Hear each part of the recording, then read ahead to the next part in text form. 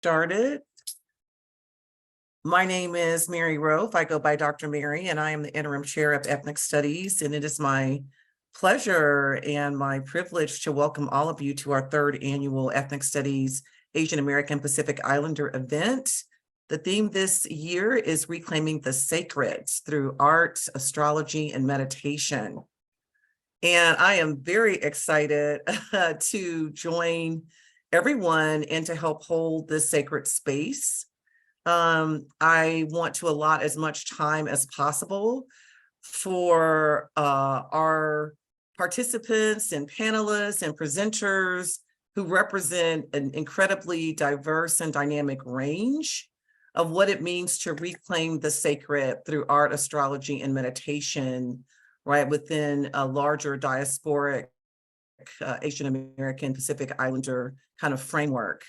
I'm going to actually turn it over to Viv Bowie, our first ever ethnic studies department coordinator. We just became a department this past fall after having been here at Stanislaus State for 50 years. And we are claiming and naming 10 toes down on the tradition that we are establishing and the vision that we have already been bringing to fruition, which is the Ethnic Studies Energy School, which is a space of healing, of radical healing and reclamation and truth and social justice.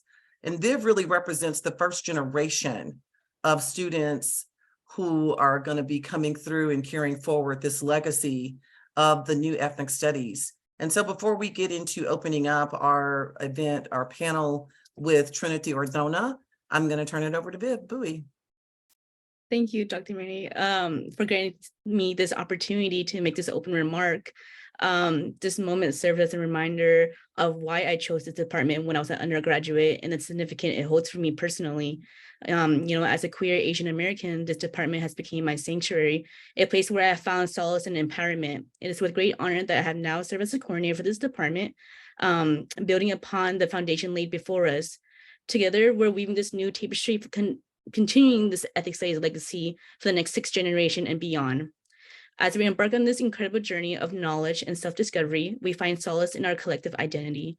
The strength lies in our ability to unite and amplify our voices, reclaiming the power that has been denied to us for far too long. It is through the medicine of art, astrology, and meditation that we're seeking healing, understanding, and liberation. Art becomes a vessel through which we express our unique experiences, challenging social norms and reclaiming our narrative. Astrology provides us with a language to decode our destiny and connecting us to the wisdom of our ancestor. Meditation offers us a sacred space for self-reflection, healing, and nurturing our spirit. These transformative practices have allowed us to navigate the complexity of our existence, and they serve as a reminder that our journey are intertwined with the cosmic force that shapes our life. Today, we celebrate the 3rd annual AAPI event, but it holds even a greater significance because this is our first annual AAPI event as an official department. This gathering is a testament of our unwavering commitment to support the next generation of Stanislaus State Ethics Studies graduate. So thank you, and let's embark this transformative journey together. Thank you, Viv. So powerful. Thank you for sharing that. Let's show our appreciation for Viv. And at any time, please feel free to enter comments or questions in the chat. I'm going to turn it over to Trinity, Dr. Reverend Trinity Ordona, to really frame this event around what is so often and too often overlooked and too often ignored, especially within an ethnic studies context, which is the integral role played by Asian American Pacific Islander social justice activists, starting back to the 2 Asian American student organizations at San Francisco State University that helped to lead the largest student strike in the history of higher education. So with no further ado, I'm going to turn it over to Trinity.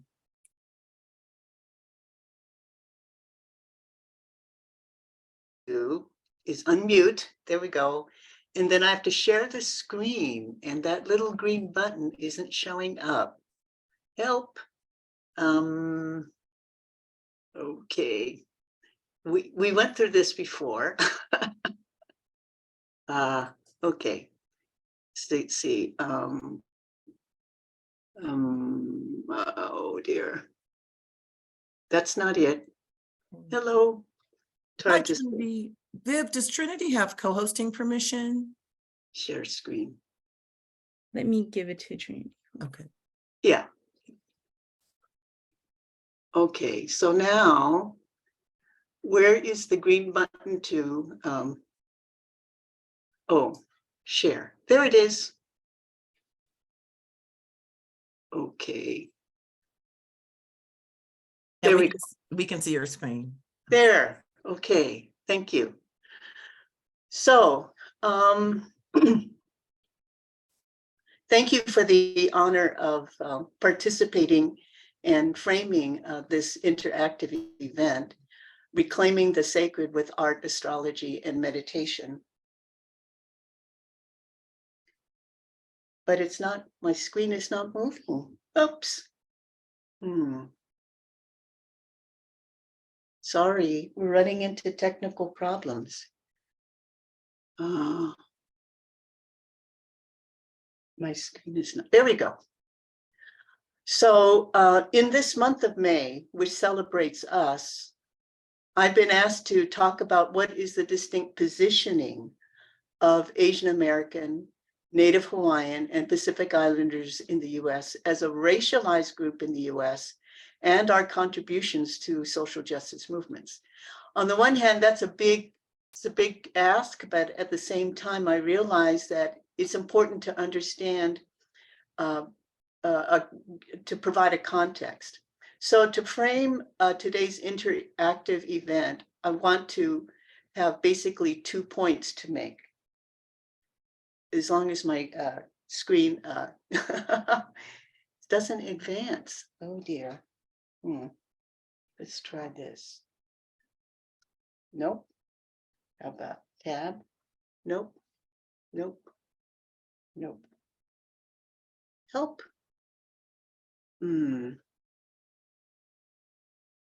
Sorry, folks. I'm not sure why this isn't working. Oops, it did. Let's try it again. Okay, so first of all, our years of experience of colonization varies widely.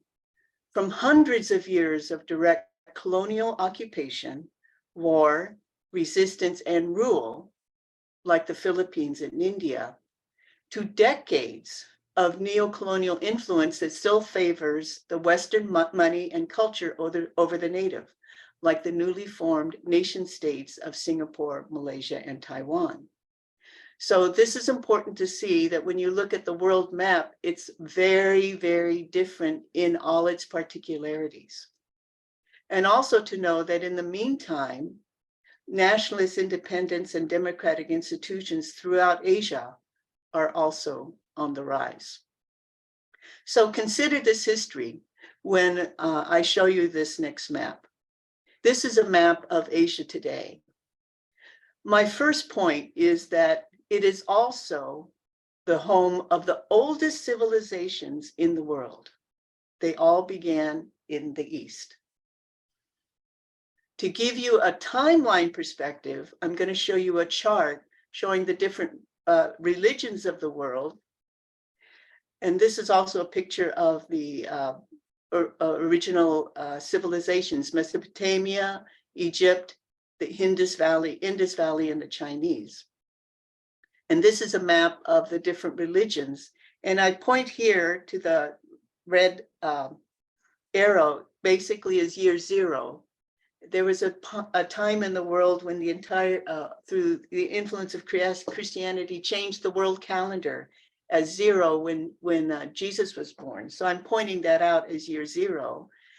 But before that, at least 1,500 to as many as 3,000 to 4,000 to 5,000 years before that, because you can see on the far left of the chart, before Christianity, there was Hinduism, as well as Taoism and Buddhism.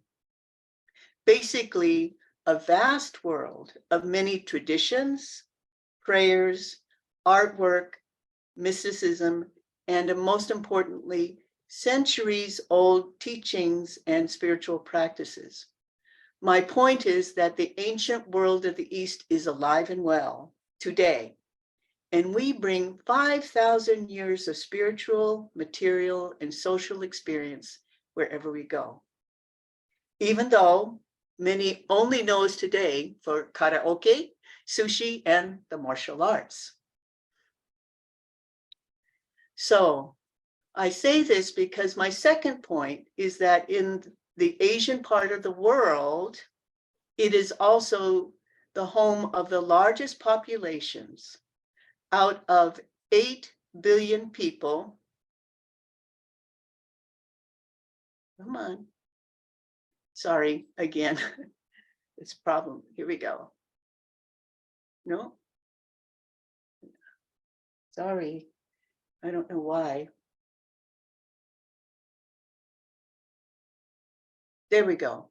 Out of 8 billion people, 60% of the world's population lives in Asia, meaning over half, 4.6 billion people.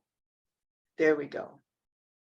But not only is this an important part of the world where the largest populations are housed, but it's an important global bridge of commonality to the world. Meaning, of the 7 continents, Asia, Africa, and Latin America are collectivist. And together, these collectivist continents make up 82% of the world. So what do I mean by collectivist? It means cultures are organized their societies based on we consciousness, group identity, emotional and financial interdependence, group solidarity, decision-making, loyalty, and obligation. And this is a comparison of individualism and collectivism, because compared to the West, like the US, the value is of individualism, meaning your actions are seen as a reflection of you and you alone. Whereas in collectivist cultures, the individual is also part of a group. Therefore, your actions are a reflection of you as a member, but also as a member of group, whether that's as a family, tribe, ethnic or racial group, nationality, or even a team or association. It is this group consciousness. So let me show you this next slide, which compares them side by side. And you can see that they are practically opposite to each other. They are not in competition with each other. It just has to do with where in big circles how people live. It's not to say it's exclusively individualist or exclusively collectivist, but it leans strongly in one direction or the other. Now, why do I say this? Why is this important? Guess what? In the US, people of color, meaning indigenous people and people from Asia, Africa, and Latin America, are collectivist-based, group-oriented, and family-centered cultures, and will be the majority in the US by 2050. So not only is there a racial coloring of America, but a dynamic integration, assimilation, and cross-fertilization of individualism and collectivism. And it's affecting in a very significant way, basically how we live our lives and build societies. Why that's important is that for collectivist groups in America, basically people of color, we are getting a healthy dose of individuality, meaning speaking up for ourselves, seeing important to speak up for our rights. But for American individualists, they are witnessing an entirely different, and I would say effective, group-oriented way to live together. In other words, under collectivism, your goal is to live harmoniously with your neighbor, rather than hole up in your castle of your house, afraid and armed against those outsiders who don't belong. Sounds like this country? Yes, that's what we're going through. So let me give you a good example of what it means to have that kind of difference. And as I say in my personal introduction, in my community of Asian and Pacific Islander queer women, we found through a national survey that the first, most important, number one need of our group was family acceptance. In fact, 76% felt this overall, and among the younger people, 18 to 23, it was 92%. So what did we do? We promoted a family-oriented, private, and confidential way to come out to and with family, which as a process takes a lot of communication and a lot of time and patience. But that's why in a 2017 national survey, 70% of Asians support same-sex marriage, the highest of all racial groups, and actually 10 percentage points higher than Hispanics, who came in at 60%, and whites, who came in at 59%. So while Asian Americans, Native Hawaiians, and Pacific Islanders make up only 8 or 9% of the US population today, we have a long history of colonialism by the West, as well as we are bringers of collectivist, group-oriented values that inform how we live and build our communities. Now, I'm saying all of this because we can all agree that today's interactive event is taking place in the context of major global changes and challenges. In fact, some people see this turmoil as a sign of the end of the world. But I'm here to remind you, remember the Mayan calendar prediction? It was in December 2012. Again, many people thought that was a sign of the end of the world, but actually it marked the beginning of a new 5,000-year epoch, the age of Aquarius. So the age of Aquarius is causing great turmoil in order to make room for the new values of love, brotherhood, unity, community, integrity, and points to the re-evolution of our consciousness. This, however, is not an easy or tidy transition. This is what we are actually going through, and we're only at the beginning of it. So my advice to myself and to all of those listening is just know that what looks like a roadblock may actually be a necessary turn in the road. Why is that? Because now is the time for change. Now is a time for change, and to change is to heal. So let me leave you with this quote. Yesterday, I was clever, so I wanted to change the world. Today, I am wise, so I am changing myself. And this is a new world we are at the beginning of evolving towards. And it's quite appropriate for us now to then bring together and share with you from our cultural background the tools that we have found helpful and absolutely necessary to help us not only guide us, but to go through the experience of this transformation.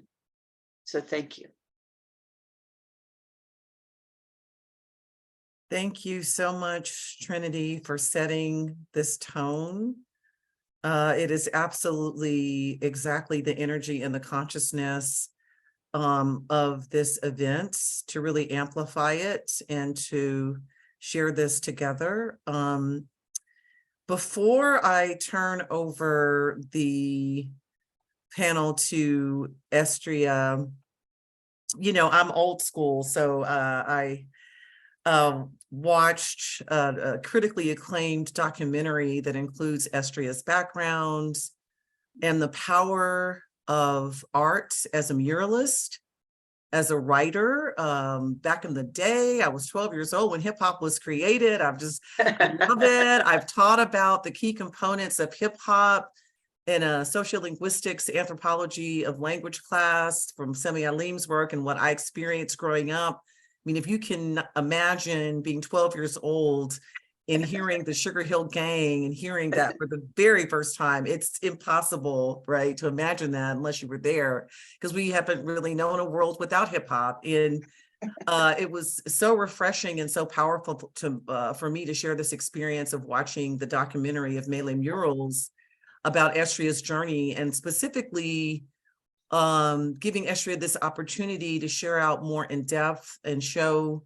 how the art, it is the song and the visual rendering of these incredibly important and sacred stories and traditions and practices that we literally carry within us through our DNA. So what I'm going to do before I turn it over to Estria is to show just the very opening of this documentary film so that we can all learn two key foundational cornerstones of Estria's art, impact, and journey of reclaiming the sacred. And so, and again, this is just about, I'll play a little bit past 1 minute, again, to show these two key cornerstones of writing, or what we used to, of graffiti mural art, or what back in the day, we used to call it tagging. Yeah.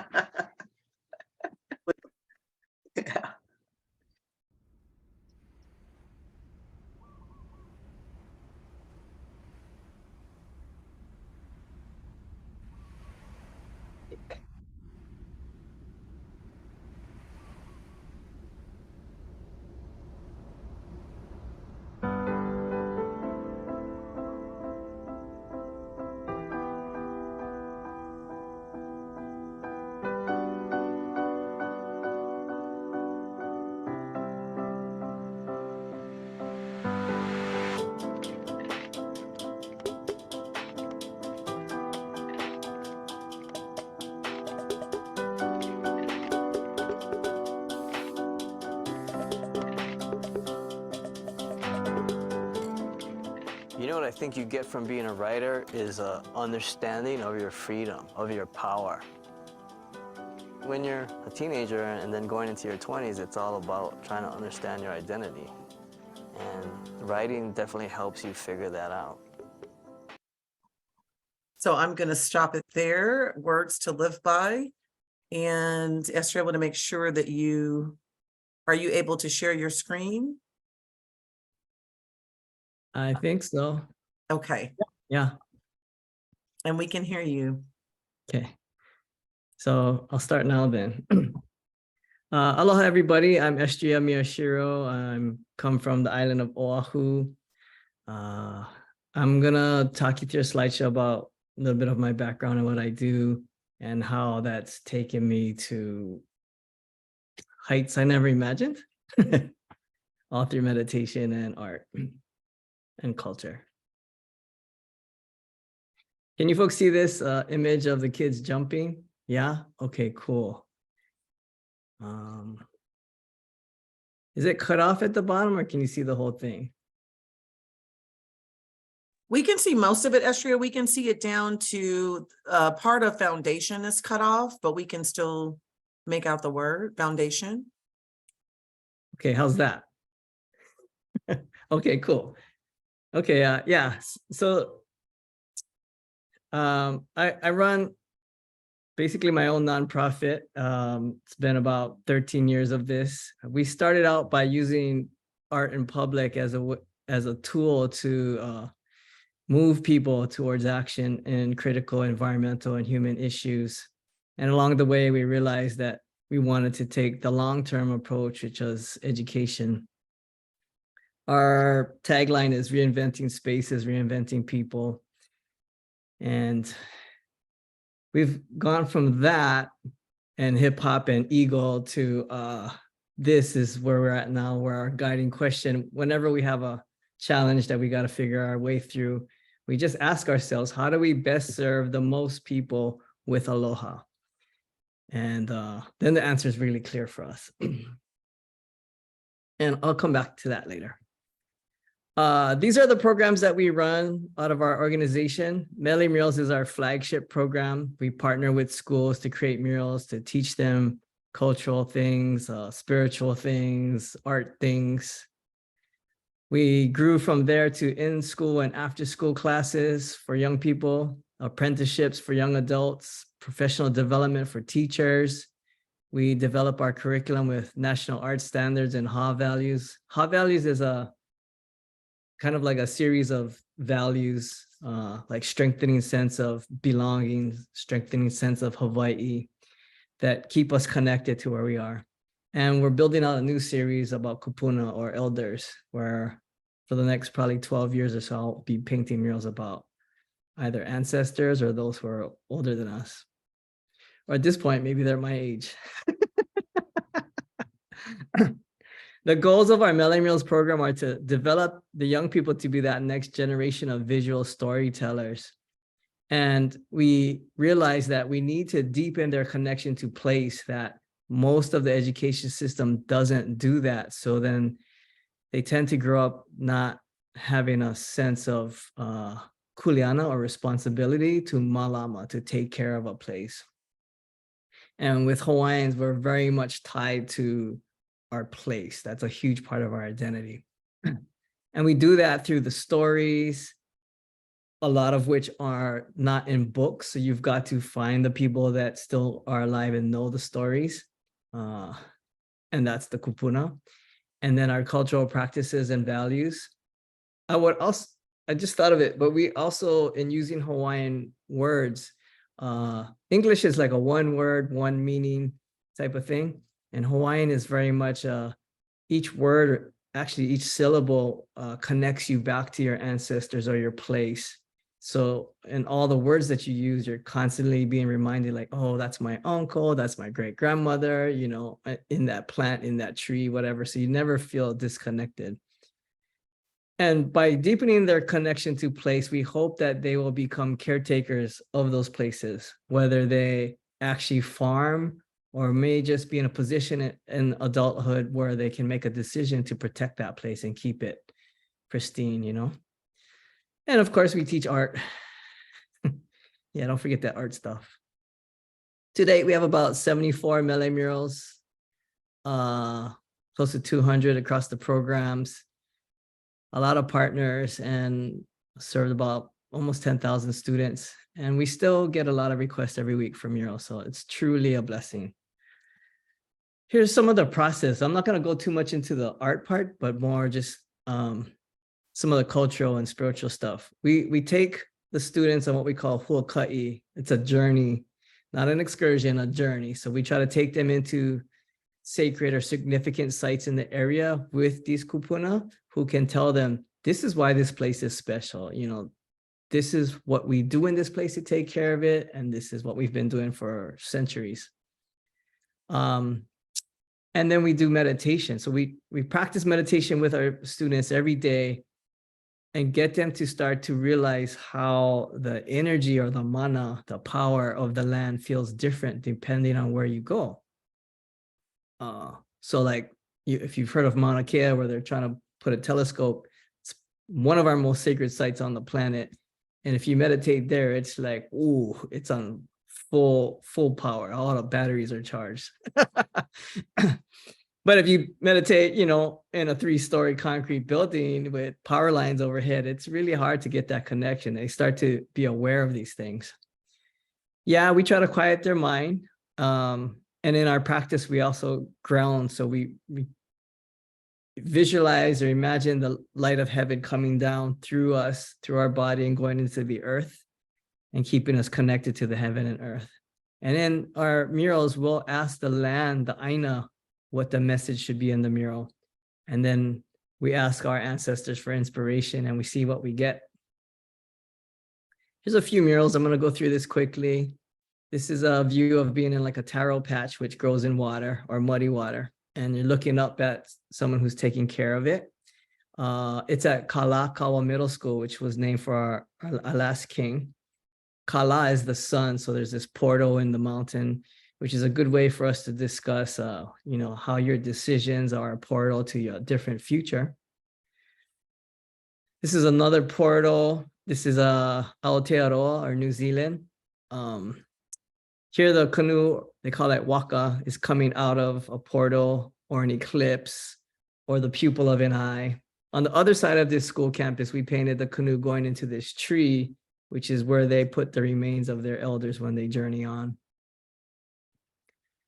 This is a mural on my side of the island where we wanted to honor the Hawaiian musicians of the area. And the messaging we got here was not just to put them, but in relation again to the earth. So they're in the clouds on the turtle, long life, And then this bird, it's called an Eva bird or a frigate bird. There's like a young teenage person on that one. And then on the shark, we have the kids.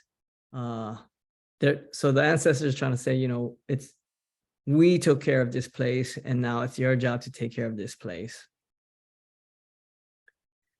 This was by a mall near my house. I know you're probably thinking, what's her name? Tafiki or whatever from Moana, but this is our like Earth Mother or the mother of Hawaiians. Her name is Haumea.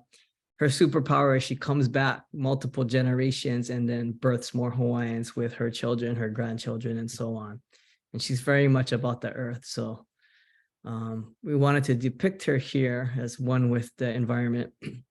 This one was heavy because the kids we were working with all had heavy traumas in the household or been in and out of jail, pregnancies, rapes, all those things.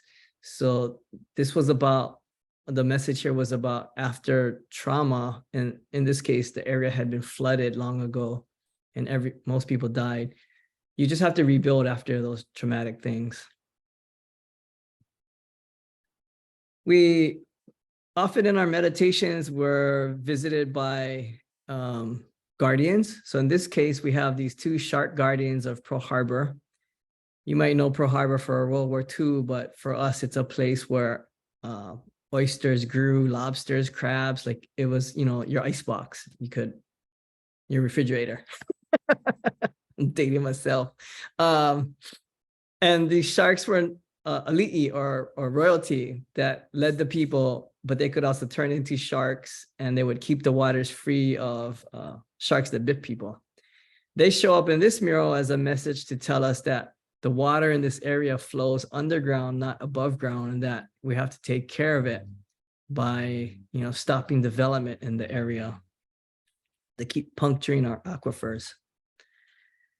This last one is a middle school in a valley by where I grew up. The kids saw this woman with rainbow hair in the meditation, a number of the kids. And so we're like, okay, well, let's meditate again and see who this is. So we meditated, we asked her what her name was, and she said, Ke Anui Nui, which means the rainbow. And she's the younger sister of our highest guardians. We believe that they serve a higher source, kind of like saints and apostles and all those people in other parts of the world. But in our part, we call them Akua. So she wanted them to know, there are people like me that are always watching out for this valley and for you kids, so don't worry. But also, again, the earth is your gift and you must take care of it. In a Hawaiian perspective, we is not just us here, in this room or on this Zoom, but we is also a vertical thing, the heavens above, the earth below. We seek guidance from above in order to take care of what's below. And in turn, it all takes care of us. The meditation has taken me, it's the keys to the universe. I mean, you can work on improving yourself, which is real change in the world. You can work on protecting your family. You can work on healing. So much that you can do with it. And it has led me to the point of being able to be attuned to rocks and trees, hearing voices or ancestors in the wind. I think I'm like this crazy old man at this point, and I think I'm going to write a book about the ghost stories that happen. So every mural, kids will get these messages or visitations, and it'll be confirmed by other participants getting the same things. It doesn't matter if the kids meditate on different groups, different days, different places, they'll all end up with the same colors and the same ideas. It's so powerful. This rock, we call it pohaku. It has this ability to take you places, like rainbows come off of it, and crazy stuff. We found these rocks. It's on a school campus where we're based. It's in a corner of the campus. Nobody ever pays attention to it. All those green things you see is normally bushes that are overgrown. And one day, one of my students came back because she was trying to find plants to make little gift offering things and teach the kids how to do this. She comes back, she goes, "Uncle, I gotta take you to these rocks." Okay, so we go down there and we meditate and we ask the rocks, "What is this place?" You know? And we have this whole conversation. They tell us some amazing things. One of the things they tell us is it's a place of learning. So I asked this rock, "Did you see that looks like a chair? Can I touch you? Can I sit on you?" And it's like, "Yeah." So I sit down, and the first vision I get is the Milky Way galaxy over the mountain range with no houses or trees blocking the view. And I was like, oh, this is a place where you taught navigation, because we navigated by the stars. And then the next thing I got was this rainbow from where I was sitting to another part of campus where there's a tree, and it was a summer program. And every week we had a different age group, and we would sit under that tree and meditate to get our ideas. And I was like, wow, so you can go to places? Where can you go? The rock goes, "Where do you want to go?" Wow, okay. So then the next day this is summer, so it's kids entering second grade. So they're really just finished first grade. Normally don't teach meditation to that age group because I'm always worried about the dark things, trying to mess with them and stuff like that. So I usually try to do it just with like third grade and up. But we were going to try it, so we did. And at the end of the meditation, I go, "Okay, so did you guys get this whale shark?" "Yeah, we saw the whale shark." "Okay, cool. There's stories with the area about this whale shark. But uncle, we saw these rainbow rocks." Like, "What is rainbow rocks? Is it like rocks colored like rainbows?" "No, the rainbow goes from one rock to another rock." And I didn't tell them this story, right? They just got this in the meditation, like, whoa, okay, we're painting that. So, and mind you, everything we learned about this place is through meditation. I have brought other elders there, and they've all confirmed what I was getting in meditation. But it has led to this point where now we're having school cleanup days where everybody comes out and we're chopping down the trees that we don't want to fall. And then we started digging to find the rocks. So we're trying to restore this place. Basically, what this place is a place to teach you how your spirit can leave your body and travel. We call it lele, or jump. So they would teach people to ride the rainbows up to the mountains, their spirits, and then go down to the ocean, go for a swim, take the rainbow back. Yeah, so it's actually way deeper than we know. So we've only just begun. And there's the mural with the kids with the rainbow. I just painted this last week. It's not my best work, but this man is a Hawaiian man from a royal line. He passed away a few years ago, and the family there's such a powerful family. It's so important to them, all of them, that they wanted to do a mural in tribute to him. But he's a humble guy. He didn't want a mural. So in the meditation, the image that I got was a kid's hand on the front of a surfboard. And then as I focused out, it was a girl on the surfboard, and he was behind there, teaching her how to surf on a little wave. He has 2 daughters, by the way. So we painted that, and the photo they gave me of this angle of his face, like you couldn't even tell where the eyes are, where the mustache ends and the nose begins. So in the meditation, I'm just like, yo, you gotta just guide my hand because I can't see shit in this thing. And then I painted this face, and my friend, he's like, that was some magic, because there's no way you could have painted that face with that photo. I was like, yeah, I'm just blessed because I really don't think I'm that good, you know. They were super stoked. This is a mural. Also in my area, we have fish ponds and taro patches. Those were our main ways. So fish ponds were a way to farm the ocean. So what our ancestors figured out was you would farm the fish from the fish pond at one part of the year and then stop and go catch fish out in the ocean. And in that way, by taking turns, you wouldn't deplete any one place and you could avoid famine, you know. You learn things the hard way on an island, like people dying off and fighting each other for those resources.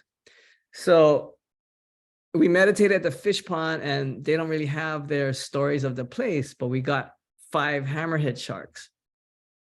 So I asked the guys that take care of the place, do you have guardian sharks or anything? They go, no, but interesting. Once we threw a fish net into the pond to catch some fish, and we caught 5 baby hammerhead sharks. We were able to put 3 back into the ocean that lived, but 2 didn't make it. I go, well, I'm going to tell you what your stories are because we just got it. So the 5 sharks are like the guardians now of that fish pond. And the white, blue one in the middle, she's the oldest. She's like the sun, the star. She comes and guards them in the day. Her brother, the dark one, he's the stars. He guards it at night. The other one brings the rainbows. And the 2 that you don't see, they guard the gates where the fish swim through. And then this woman on the side blowing her breath to them, her name is Laka. She's the Arakua of hula dance. I was like, when we saw her in the meditation, they just thought she was Mother Nature because she was made of green. Why are you here? She's like, this is one of those places I take care of. And then afterwards, I found out that the huge sandbank that the kids like to go park their boats and party on is called the altar to Laka. Like, oh, snap. Okay, this really is like an important place for you. But so we're able to like tap ancestral knowledge and reclaim it through the meditation, knowledge that we have lost. So that's me in a nutshell.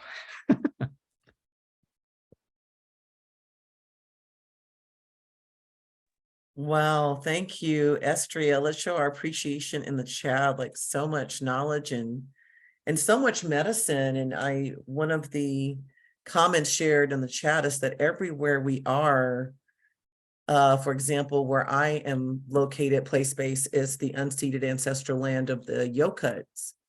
And so the spirit guardians and our sacred guardians are around us all the time. And I will say that it's so powerful to hear about how you all are tapping again collectively into those that ancestral knowledge that is never lost. It can always be reclaimed. And for example, for me, I have really reconnected or connected with Kukunuchi.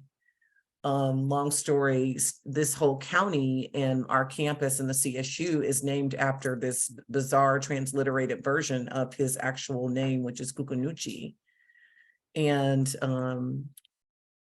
again, that is not in my direct line, and yet, like the Monique shared, yeah, we can always connect with the spirit guardians of the land, as well as with our own ancestors and our own sacred guardians and beings. So I'm very excited to delve into another really sacred medicine that, to my understanding, has been thoroughly colonized. And so I'm excited to turn over the mic to Ace, Alice Sparkley Cat, to share about their deep diving into reclaiming astrology and in terms of honoring and carrying forward its traditional true practice, as well as taking it to a post-colonial right, level where it's a literal breaking of the shackles and the chains of this really important and ancient medicine. And so, Hi, everyone. Thanks for Hi. having me. This is so cool. I'm going to share my screen so that we can look at some things together.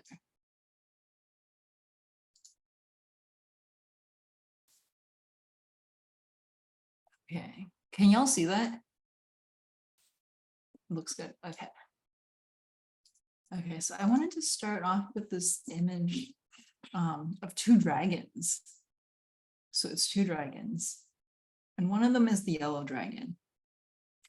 So that's the one that we usually hear about a lot. It's associated with the king, things like that. It's yellow, it's imperial.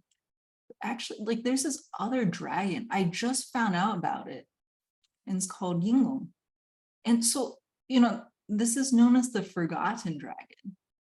And it's a dragon that is usually just cited a little bit, and usually people are kind of in mourning of it. So I wanted to give you that image starting off.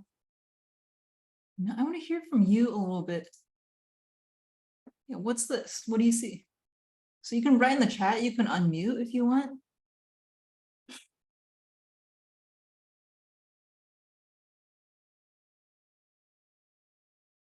A bone calendar? Yeah. Tell me what makes you think it's a bone calendar.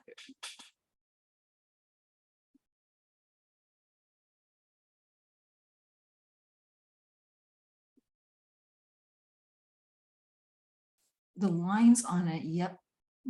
The grooves. So there's 28 grooves. Yeah, who do you think was using this bone calendar?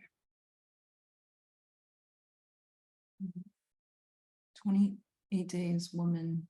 Monique says, I remember hearing of it. The markings make me think of a marking of a day. Yeah. Maybe letting me know what you see here as well. Yeah, Dr. Mary says, was this used to track the cycles of the moon? That could very well be. Sundial.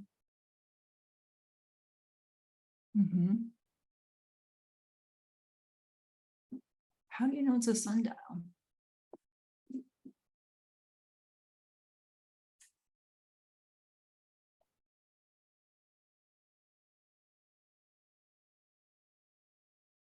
It's shadow. It's under the sun. We can see the shadow.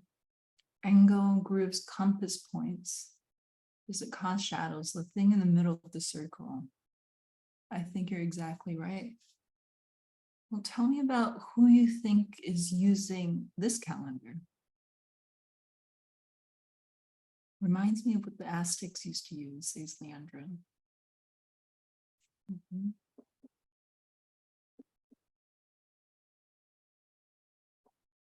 Yes. That looks like an imperial city or government compound. So this is the Forbidden Palace, yeah, Forbidden City. Yeah. What are some differences you're noticing between the two calendars?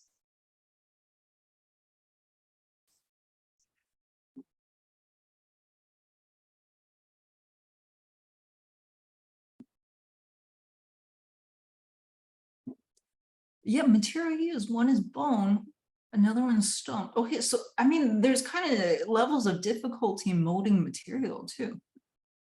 Yeah, bone calendar feels more intimate and organic.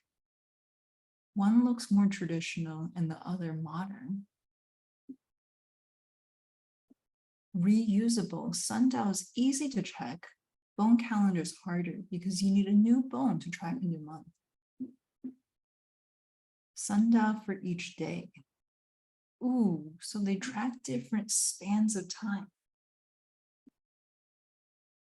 Okay, so there's so many different types of calendars. I mean, here's a couple more too. So they track different types of time. And sometimes they're made for different people too. Sometimes you can carry it in your pocket.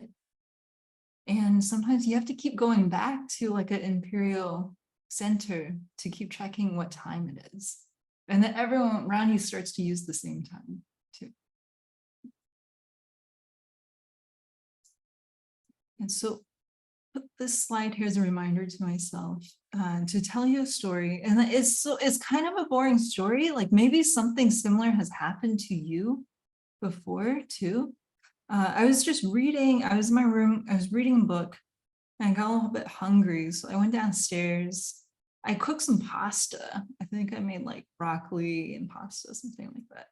And then my roommate had like a TV downstairs. So I just turned it on, you know, put something random on because I was cooking. And then it's their TV and their Netflix. So like, you know, I just turned on, it was a random episode of Unsolved Mysteries. Used to be on Lifetime, but now there's like a Netflix version. And then the episode that came on, it was about a woman who walked into a lake and then just disappeared. And then no one knows what happened to her. It didn't seem like she was trying to do anything. She just completely disappeared. So I finished watching the episode, you know, as I ate dinner and cleaned up a little bit, you know, try to keep the common space clean. And then went back to my room and then I started reading the book again. And then, like, you know, I opened up the pages and then the next line that my eyes fell onto was this line: a woman walked out of the water. And I have all these astrology apps on my phone, so they tell me where the moon's going, and I get all these notifications. The moon goes into Aries, it leaves Pisces, which is this water sign. So I don't know if something similar has happened to you, just like, what was that? There's all these patterns linking up. And then you can put down the chat if it has too. So this is from an essay by Philip K. Dick, and then he's writing about how, like, you know, God is actually creating the world as a kind of illusion and then slowly transmuting it into something real. And then in the same essay, he writes about how he wrote a story about a woman named Kathy, who's like an undercover cop. And then she's dating this other guy. And then he's a drug dealer. And then after he writes the story, he goes to a party and then he meets a woman named Kathy. And then later finds out she's an undercover cop. And then dating a guy with the same name as the guy in the story, who also happens to be a drug dealer. So there's a lot of fiction in astrology. It's really just a storytelling practice. And sometimes things like that happen too. You look at a chart and then you do all your calculations and then you start to make up stories about someone without really meeting them. You know, Jupiter's moving through the 5th house, something like that. I don't know what happened. Did they fall in love? Did they get their heart broken? And then you meet them and then you hear them say, well, I fell in love, got my heart broken. So a lot of the astrology that's really popular right now, this is kind of astrology that uses 7 traditional planets, and they're called Jupiter, Venus, Saturn, Mars, names like that. And then the zodiac, we use kind of Aries through Pisces too. So this is a question that I had. It's just, why do we keep taking these Greco-Roman ideas and archetypes and applying them to everyone as if they're universal, if astrology can't be universal? And then as I was doing research for the book, I ran into this quote by Lisa Lowe. And then in her book, The Intimacy of 4 Continents, she describes this English tea ceremony. And this is like a quintessentially English kind of tea ceremony. And she's pointing out, you know what? In this English ritual, the sugar are from the West Indies. The tea in China are imported from China. The tables are made of wood imported from the West Indies. And then the time period she was writing, and the dresses, they're made of cottons that were farmed in India. And then these materials, they're subordinated when they become this English custom. So, Western astrology is sometimes conflated with modern astrology, and that's modern psychological astrology as well. A lot of what I was trying to do with this book is just talk about how modernity, it's not something that's inflicted on people of color from the outside or from the top. It's something that we're actually forced to build.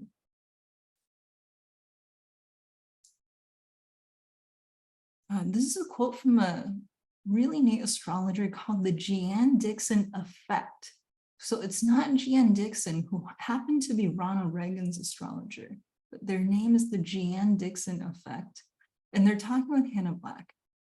And they say this, they say a lot of traditional astrology is super normative in terms of gender and sexuality, but queers and trans life is really good at reading from the ground and finding what they need even in those boring tropes. They know how to turn a thing out.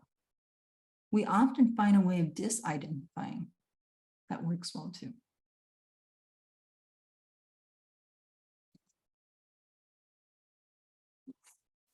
So, I mean, some of these images, they're from a show that's still up because it was a virtual show called Homoscopes. If you go to homoscopes.com, you can probably find it. Our first horoscope columns were actually invented by queer people. And so the reason why you usually see them in magazines like Cosmopolitan and things like that is because they originated in this kind of zine culture that eventually became something else. Here's a couple of newer ones and then some from the exhibit.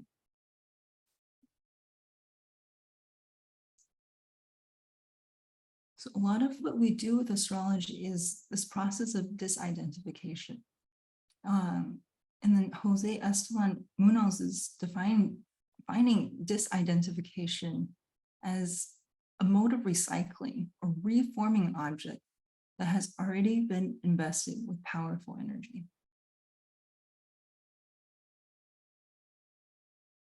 And there's another type of disidentification happening as well. This is something that So-Young Chu calls the science fictional grammar of post-memory harm. And then she's writing, the Korean American telepath similarly experiences historical events anachronistically, often blind to the physical reality that lays around her. Instead of experiencing the present as that which is happening now, she experiences the present as a future of a long ago past, a past as immediate to her as it would be if it were happening.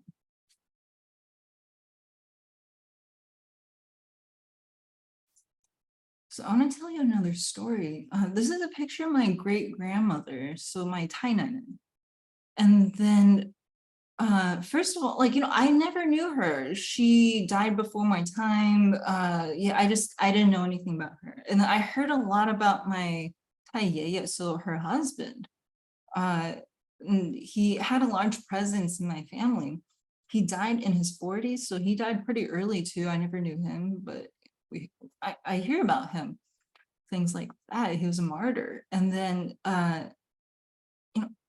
from when I was really little, I kept on getting these, when I was like, when you're little and you just play act with friends, I kept on play acting these characters who were 3 years old and then abandoned.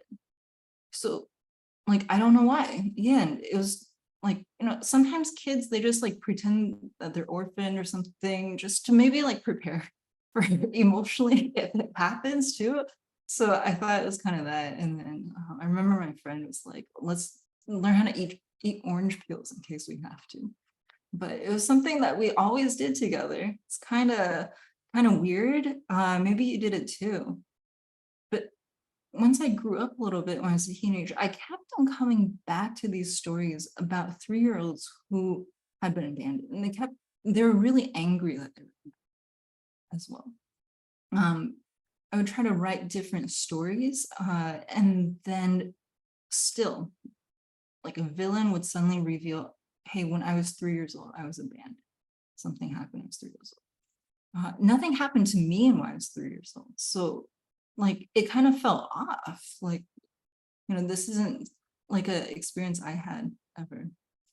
And then recently I went back to where I come from, which is Henan, China, and I stayed with my aunt. And then for the first time, I actually heard about who this person is, my great grandmother.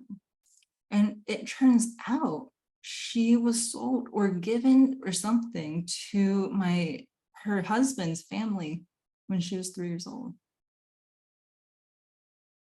Yeah.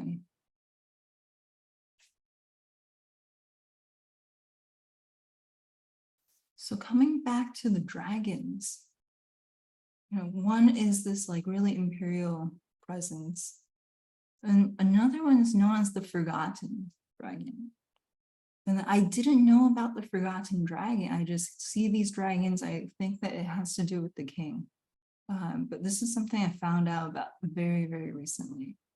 And then when I found out about it, I was kind of shook because 3 years ago, I wrote this queer love story, and it's about two people. And then it's about two men, and then one of them really wants to be like a hero type of person.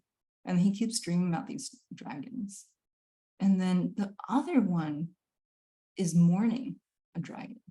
And then so they have to kind of figure out what the dragons are doing.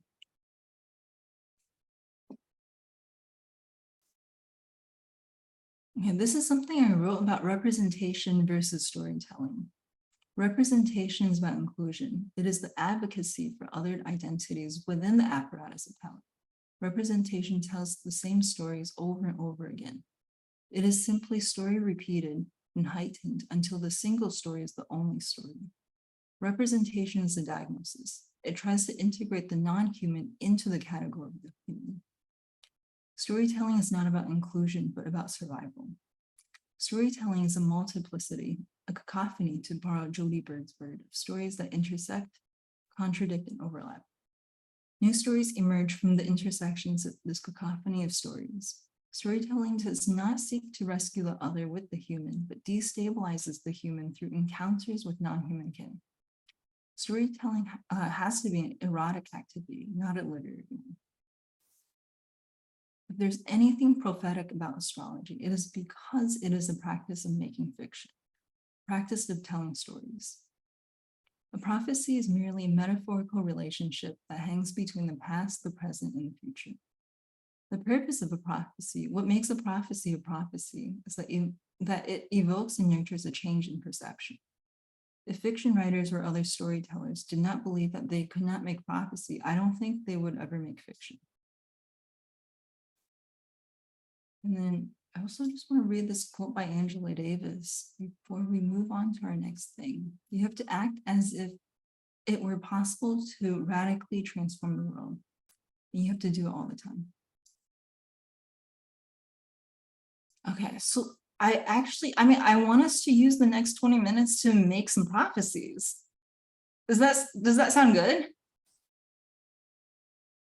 Okay. It does. Nice. So this is what we're going to do. I'm going to show you a chart. And then I'm going to describe the chart a little bit. So there's going to be some like constraints, images, words, and then you can choose to use the words, images, constraints, or not.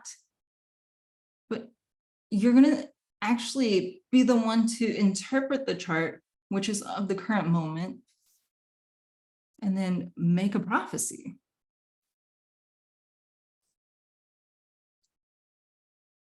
And then this is the chart.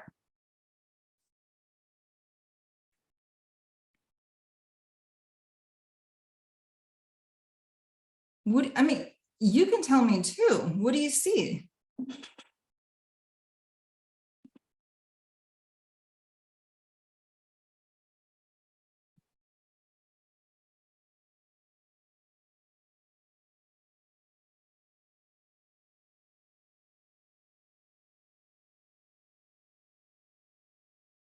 Oh, are people saying anything in the chat?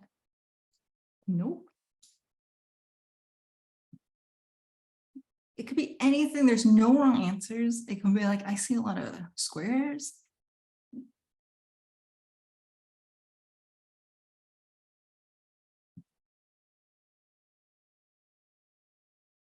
Okay, so we know this is water.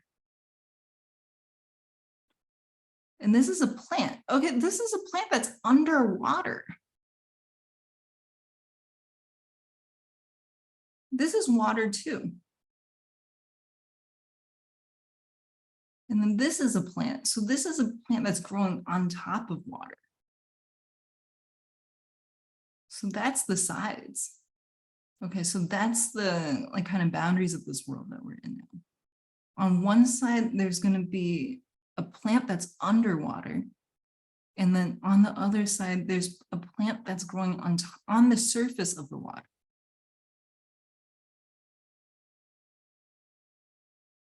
Okay, this is Earth. It could be a dog too, depending on what you're into. Let's say this is like, you know, let's have some land in our room. And this is a tree. It's big wood, so it's a tree. So there's a tree that grows on the earth.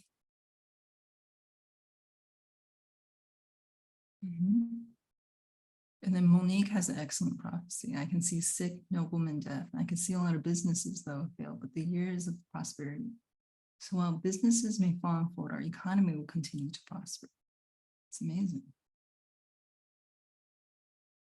Okay, so this is fire, and it's a snake too. It's a fire that looks like a snake. So this is our world. On one side, again, there is a plant that's underwater. On the other side, there's a plant that's on top of the water. In the middle, we have earth, and there's a tree growing out of it. But then there's this snake-like fire. And then inside of the snake, there's a key. So that's metal, so that's the key. And then let's say there's some earth too. There's also a ball of clay.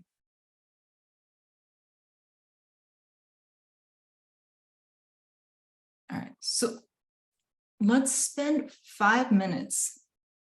And then I'm only giving you 5 minutes, so go with your first instinct on every single thing. Your first instinct is right.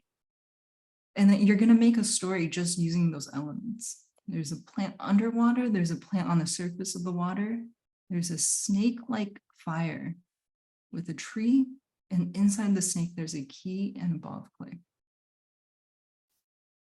I'll put it in the chat too, so that you don't have to remember.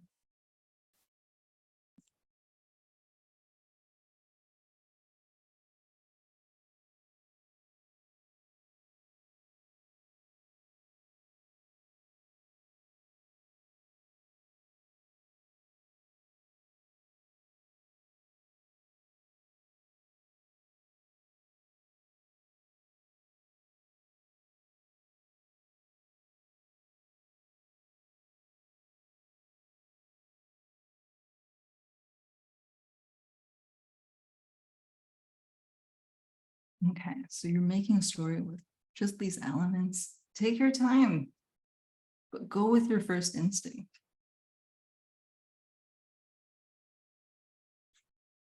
And then once the 5 minutes are up, I'll let you know.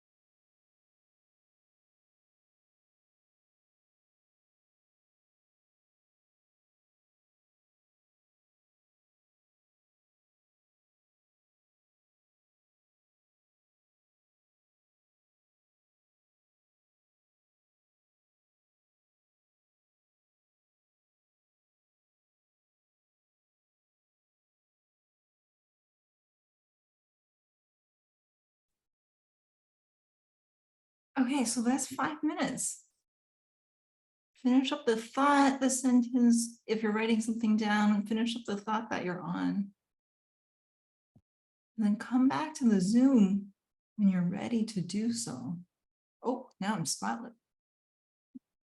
I was going to ask if anyone wanted to tell us about their prophecy. Feel free to unmute.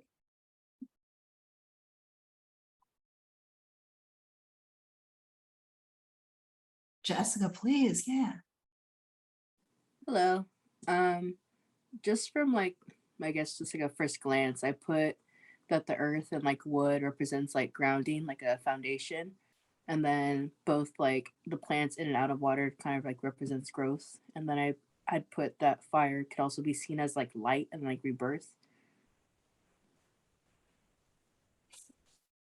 That's cool. Wait, you did all that just by like, like looking at all those symbols together. Yeah, I just kind of saw like, I didn't want to, I think if I looked too deep into it, I don't think I would have been able to like pull anything, but I think just looking at those like surface elements, you know, how they can kind of like counteract each other. Yeah, sometimes if you overthink it, it's like, oh, like, is it really meaningful? Something like that. But like, yeah, you already see what it means to you. Yeah. Thanks for sharing. Yeah. I've got one. Yeah. Okay, so I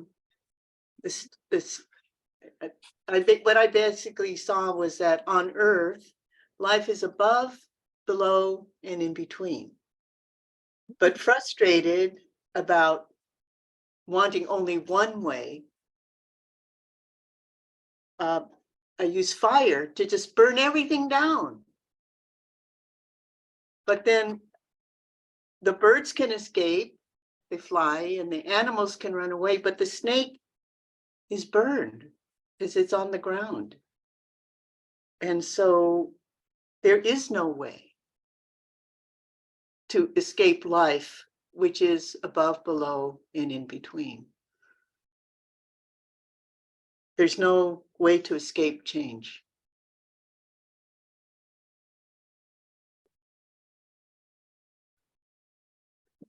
Wow, Trinity. That's what it said to me. And I think that's what we're doing in this actual discussion. The actual presentation today is looking deeply at everything, even the fact that,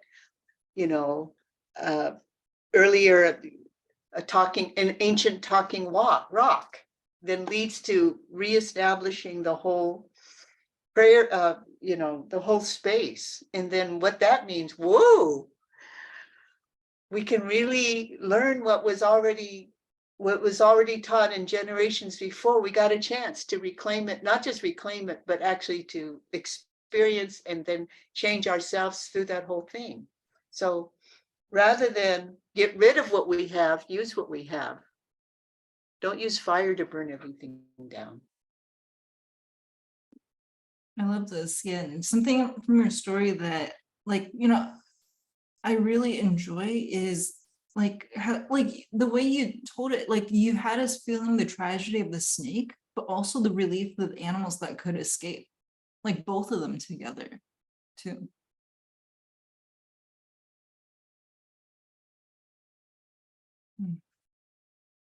It's an analogy about if people were all the different animals, how come the snake is the only one that gets burned? Is that skin color? Is that gender? And yes, it was. It was that way, but it never works. And then Monique put in the chat self-sacrifice ? Too. I'm going to read out some of what folks put in the chat. The rabbit paired with prosper represents abundance and fertility in what we focus our intention upon. Ooh. You have to use what you have or what you can get to grow and be yourself. You have to live within the walls of the surface of water and underwater at the same time to survive. Growth requires flexibility, being able to grow in multiple directions and spaces. Fire helps growth by being fed with what has been molded to understand the key or meanings for the transformation. The growth will be grounded in deep meaning that will be unshakable like a mountain. Wood and water reflect on the outside, fire and earth on the inside. The world is growing, and the inside we have fire. And within that fire is a hardened clay containing a key. So perhaps by burning and cleansing, we can then dig to find our truth. Oh my God. I think we have time for one more person to unmute and share if you wanted to, but if not, it's okay too. And then Leandra says that story is awesome. With the snake, even though it could be burned, maybe it can shed its skin and be given a second chance. Oh, that's why it's a snake.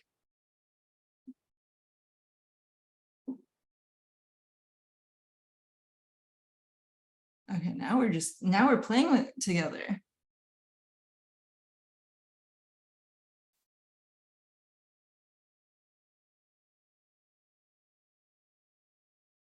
The snake is the life, death, rebirth cycle. Rejuvenation, reincarnation, love that.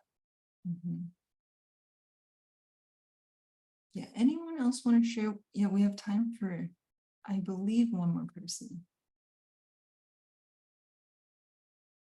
Do you have anything that you just want to amplify and give a little bit more attention? Because we have a lot of attention in this room that can give your story.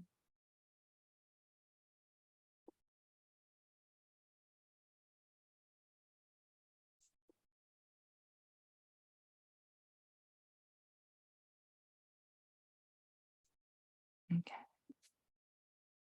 It sounds like at a point, we're like, okay, let's keep these stories to ourselves. And then, oh, maybe I'll read out one more by Estria.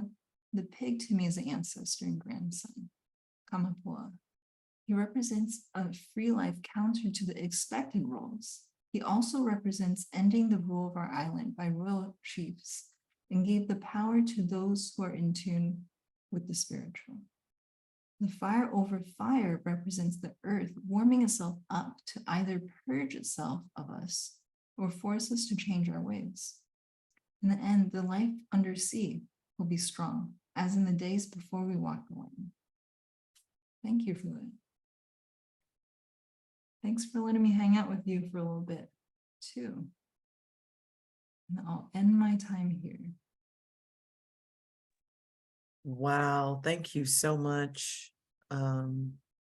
Ace, for facilitating this coming together of our, I feel like it's almost like a crown of flowers, or one of those necklaces of flowers we used to make as children, where all of our insights and our wisdom have all been strung together to create, I mean, this just beautiful collective medicine. And in keeping, I feel like, whoa, I'm full. And at the same time, I feel introspective and grounded after that. And so we are going to close out by Trinity actually guiding us through a collective meditation. And that will close out our time together. So segueing from one kind of sacred sharing to another, and now it's our opportunity to bring it all together and to integrate it with Trinity. Oh, and Trinity, you are muted, so we just need you to unmute yourself. Yes, thank you again. First of all, I do want to thank everybody for both being here and to sharing your experiences, as well as especially to two other panelists who, for me, have brought together an understanding that I never expected, but now I see in a way that wasn't possible without your teaching. And the first is that that reality is both inside and outside. And what is outside is also filled with life, including the immaterial and invisible life. And I say that because we're so used to saying that what you can't see isn't real. If you can't prove that he did this or that, then it didn't happen. And so this experience is challenging that idea of reality. And the fact that children were able through meditation to access and communicate with the immaterial and invisible, and then to create in material form that which they saw. But then once you portray it through art, everybody's going to have their own individual, not only experience, but understanding. And that understanding and experience will change every time they look at that art. And that's really how the world works. A flower that when blooms in the morning and then, or opens in the morning, blooms in the afternoon is different, and at the same time, the same flower. And yet your experience of seeing a bud and then seeing it bloom, it's different. So we are challenging this whole idea of difference as no longer being fixed and in a box in which the boxes do not communicate. In fact, everything is a stream of consciousness. That's why the teachers talk so much about, be water. Not just be like water, be water, because water just flows. Its only purpose is to move. It can't stop itself. So in other words, we are water. And the fact that we're made up of what, 90% water? Is that a coincidence? And so part of this also has to do with recognizing that the way we have learned to interpret the world is not helping us to be the real in the real world. Even though we've been taught that what you can't see isn't real. So now we're just throwing that all out. And the other part of it is that it is also an interpretation. Life is an interpretation.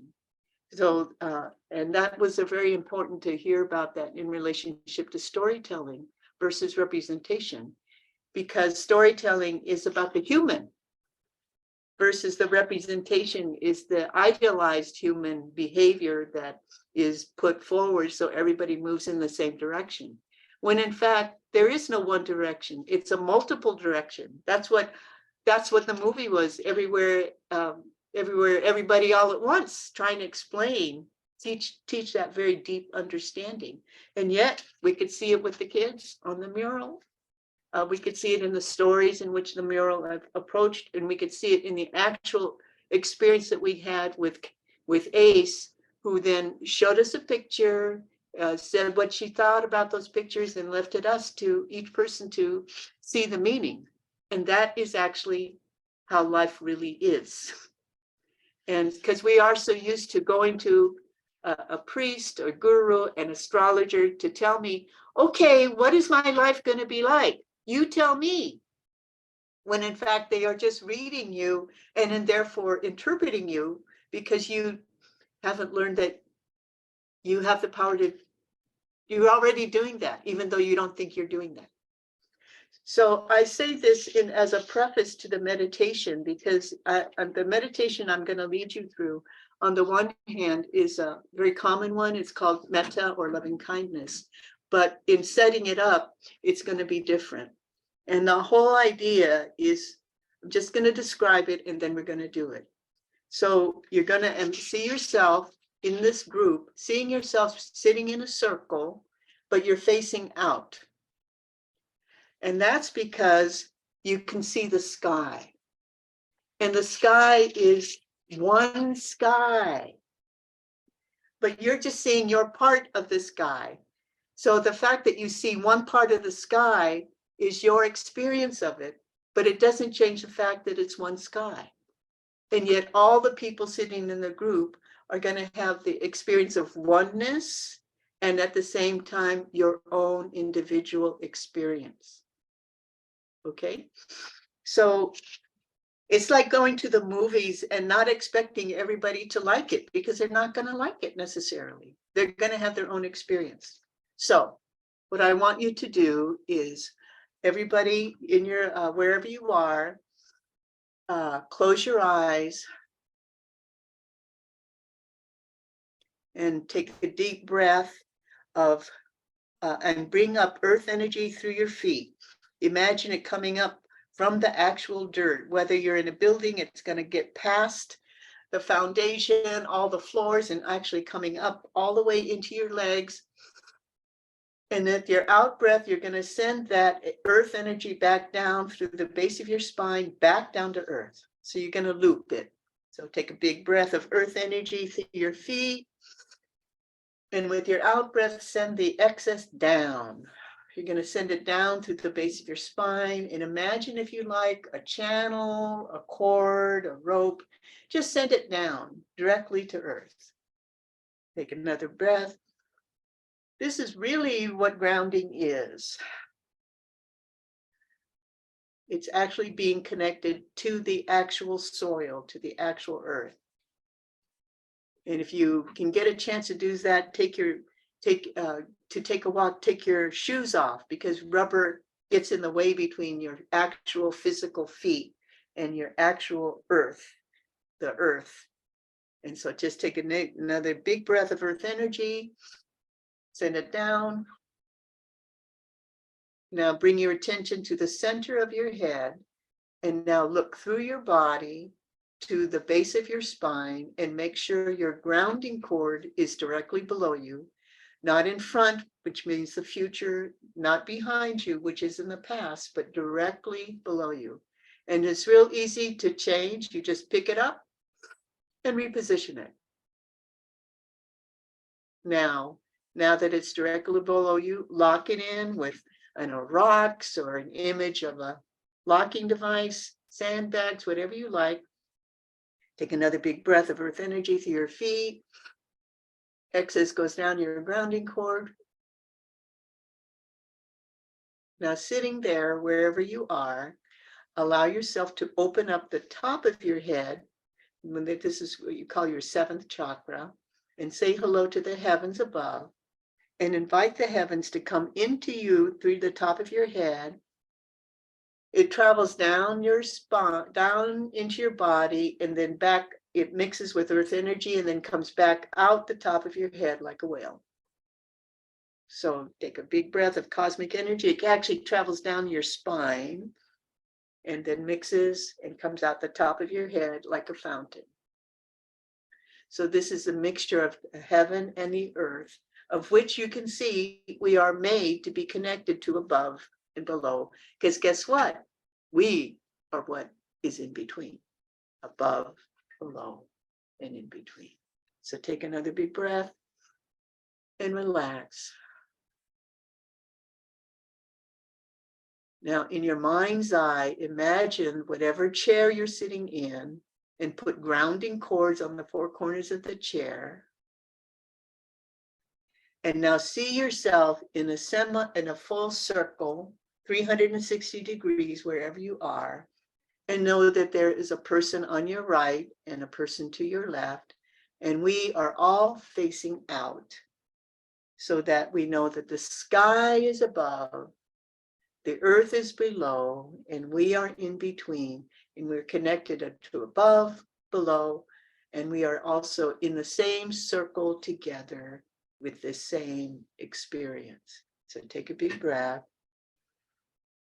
and give yourself permission to get all the information that is appropriate for you at this time. Now, aware that the sky is above and the earth is below, and the earth is where we materialize, where we create our ideas and turn it into material form. And the sky is where we bring in our inspiration, how we speak to spirits, how we communicate with the immaterial and invisible. So take a big breath and set an intention for this experience. And don't hesitate to ask for exactly what you need at this time. Now put that intention into a little pink bubble and let that bubble go out to the universe to be created. And now take another big breath and allow yourself to see yourself in this circle. There's someone to your right and someone to your left. And that person to your right is with you in the same circle as a person to your left. So take another big breath and relax. Now bring to mind an image or a memory or a sense of yourself. And place that image or feeling or memory in front of you at arm's length. And to you, say yes to yourself as I say out loud. May I be well, happy, and peaceful. May no harm come to me. May no difficulties come to me. May I always meet with success. May I also have the strength, courage, and determination to meet and overcome the problems, disappointments, and failures inevitable in life. Now take a big bow to yourself and take that energy of kindness, of thoughtfulness, and sincerity, and send it to you, the image of you, the memory of you, the feeling of you. Now, take another big breath and bring to mind a benefactor, somebody who's been helpful in your life, whether that's, through money that they lent you or a kind word or a guidance. Bring to mind whoever that is, a benefactor. And to this person, say to yourself, yes, as I say out loud, may you be well, happy, and peaceful. May no harm come to you. May no difficulties come to you. May you always meet with success. May you also have the strength, courage, and determination to meet and overcome the problems, disappointments, and failures inevitable in life. Now take a big breath and a big bow of gratitude to your benefactor. And now take another big breath and bring to mind a person who's very close to you, whether it's a friend or a relative, but they mean something to you. And to this person, say yes in your heart to yourself as I say out loud, may you be well, happy, and peaceful. May no harm come to you. May no difficulties come to you. May you always meet with success. May you also have the strength, courage, and determination to meet and overcome the problems, disappointments, and failures inevitable in life. Now take another big breath and relax.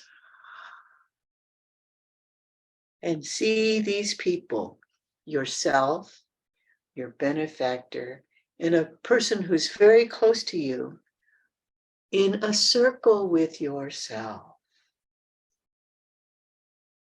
And together, bring to mind somebody you really don't know, a stranger, but somebody who you know too, because They're the one who always serves you coffee when you go get when you go to the cafe, or someone who brings your mail, or someone who greets you in the office.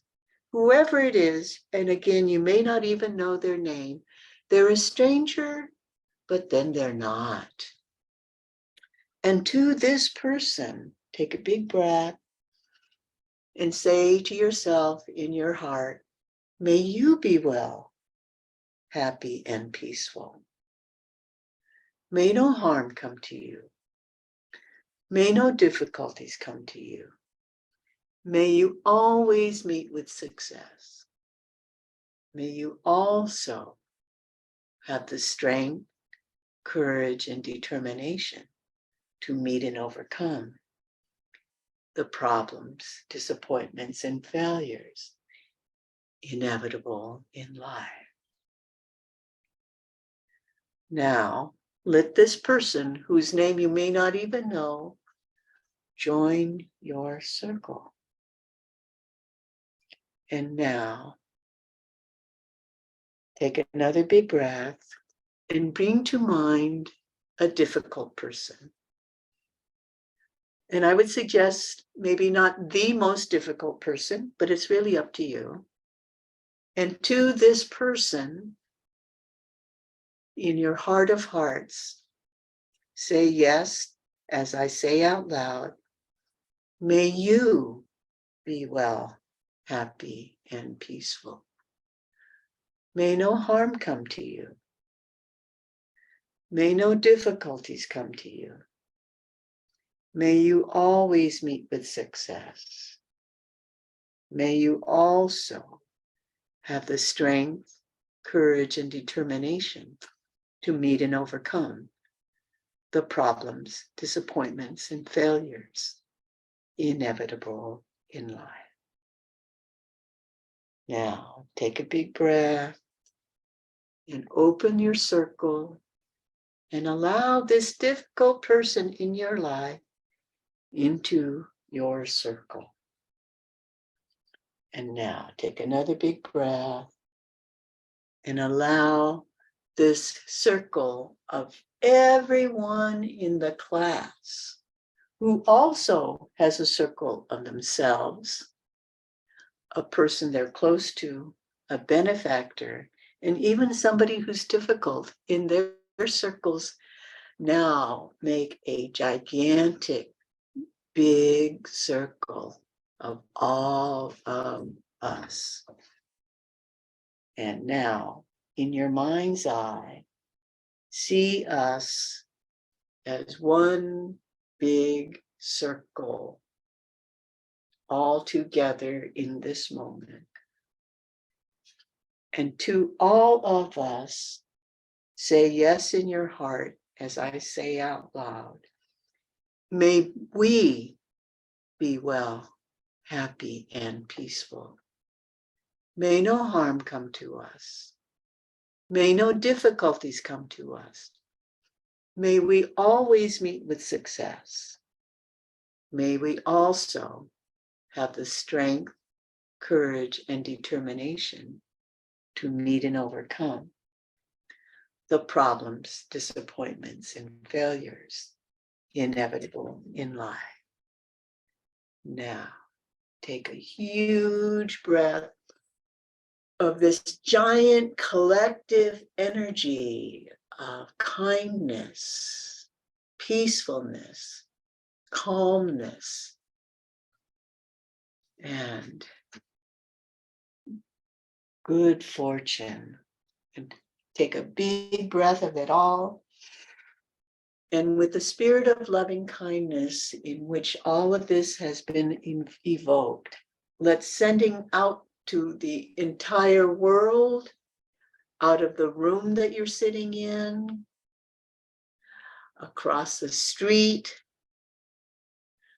across the city, and allow yourself to see this energy of loving kindness going out across the city, across the state, across the many states, across the oceans, and all around the world, and to all beings, all plants, all animals, all sentience, all non-sentience, all material and immaterial, visible and invisible. So take a big breath.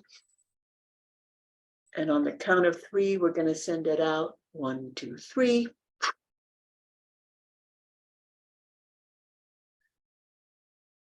To this universe, to all universes, in all times, in all places, in all spaces. May we all be well, happy, and peaceful. May no harm come to us. May no difficulties come to us. May we all take this time to feed ourselves and feed each other with this energy of loving kindness.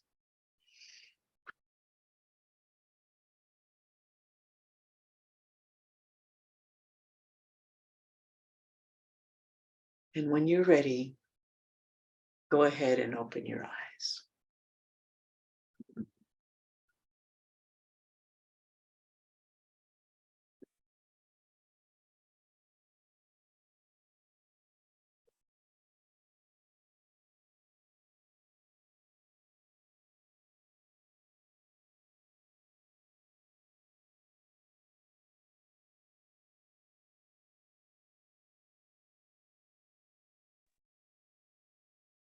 Thank you, Trinity, for completing the sacred circle for us tonight. Thank you to our healers, Estria, Ace, and Trinity. Thank you to Viv, and thank you to all of you for coming together, bringing your attention, bringing your hearts, and bringing your minds to help us create this space together. On that, we are going to close out our 3rd annual Ethnic Studies AAPI event. I know that a recording of the event will be made available. And I'm thinking that please, if you would like to receive it or access it sooner versus later, I will include my email in the chat so you can email me directly. We do have an Ethnic Studies YouTube channel where most likely the event recording will be posted and where you can access it and where you can also subscribe to our channel. Thank you, everyone, and have a good night.